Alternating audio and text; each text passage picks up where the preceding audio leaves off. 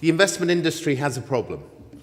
Women are grossly underrepresented within the investment management industry generally across the globe.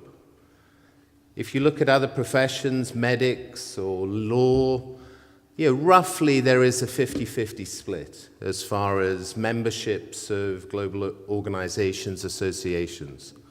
CFA, we are the largest global association of investment professionals, but of our membership, only 18% are female. Why is that? It's because we represent and reflect the industry, and that is the proportion that we see in the industry generally.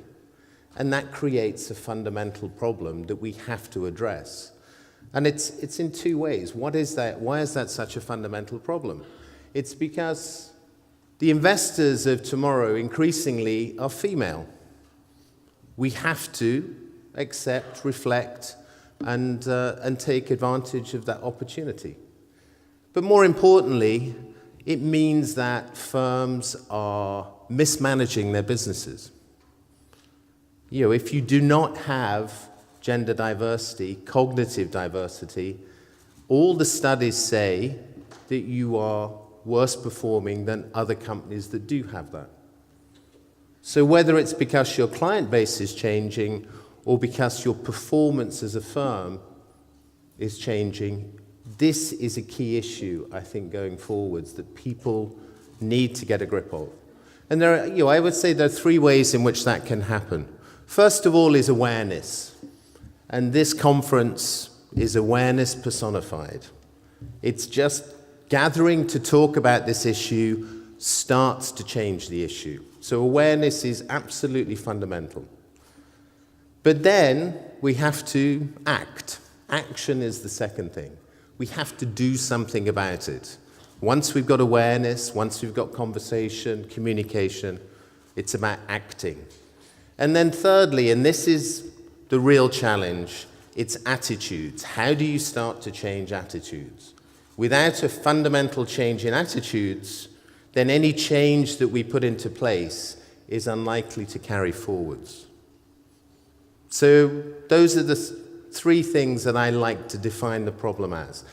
Now, before we open up the conference generally, a few statistics. We're CFAs, we love data, so worthwhile just starting with a few numbers. As I said, 18% is our percentage of females within our membership base.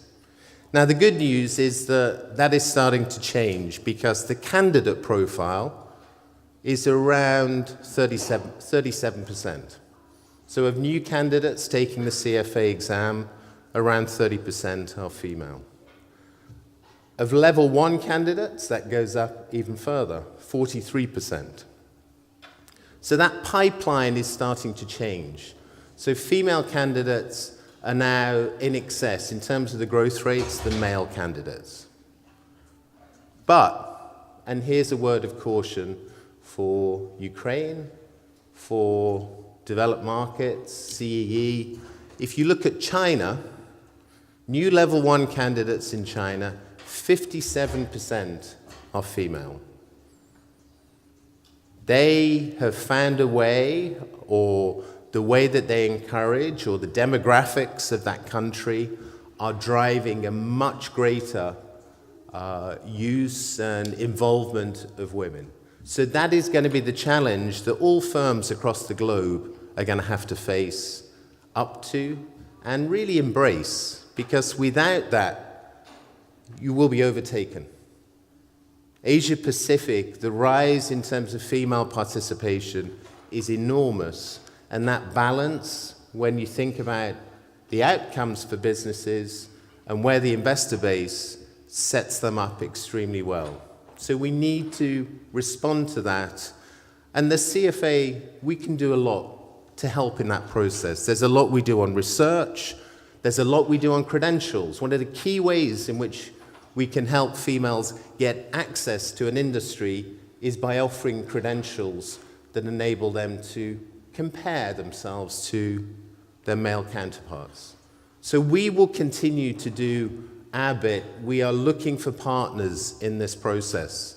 And that's why I really am delighted that Ukraine society has taken the lead on this, and I really look forward to seeing how and what we can do to change some of those statistics in the industry. So please enjoy the day. It's a great speaker lineup, fantastic panels.